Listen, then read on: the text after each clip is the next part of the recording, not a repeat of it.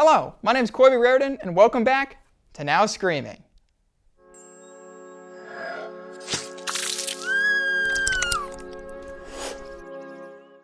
I'm so glad to see that you actually came back. Now, I'm actually really excited to talk about today's movie, which is... What was that? Hello? Who's there?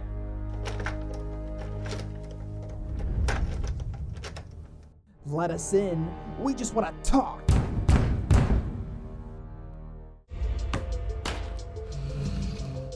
Yeah, I think it's best if I keep that door locked for now.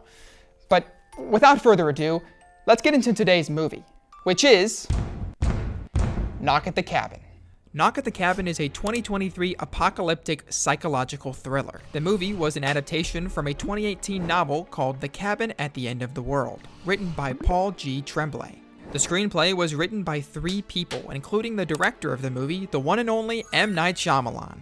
The movie is based around a family of 3 that vacations to a remote cabin in the woods. Things are peaceful until a group of 4 strangers with weapons show up outside their door demanding they be let in. Once they let themselves in, they tie up and tell our main characters that they must make the most important decision in all of humanity.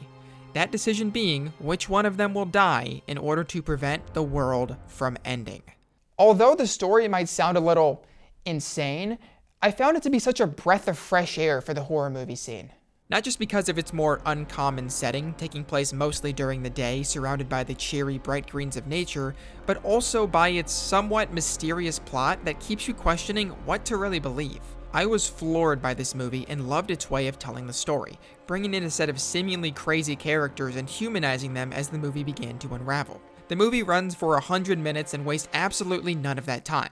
And without further ado, let's get to the PGS scale. Plot. I loved this story quite a bit.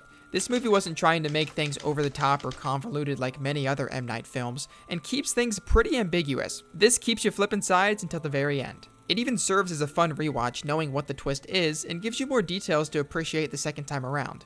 Because of that, I give it a solid 4 out of 5. Gore. There are a couple of deaths in this movie, and they're pretty tame when compared to normal horror movie standards. But these deaths hold more weight to the plot than the average guy being killed off in a slasher. So due to that, I give it a score of 3 out of 5. Scares. As far as scares go, this one was not too bad. A jump scare here and there with some of the action throughout this thing keeping me on my toes. 3 out of 5. That gives Knock at the Cabin a PGS rating of 3.3 out of 5. And that is all for this episode of Now Screaming. I hope you had fun, and I'll see you next time.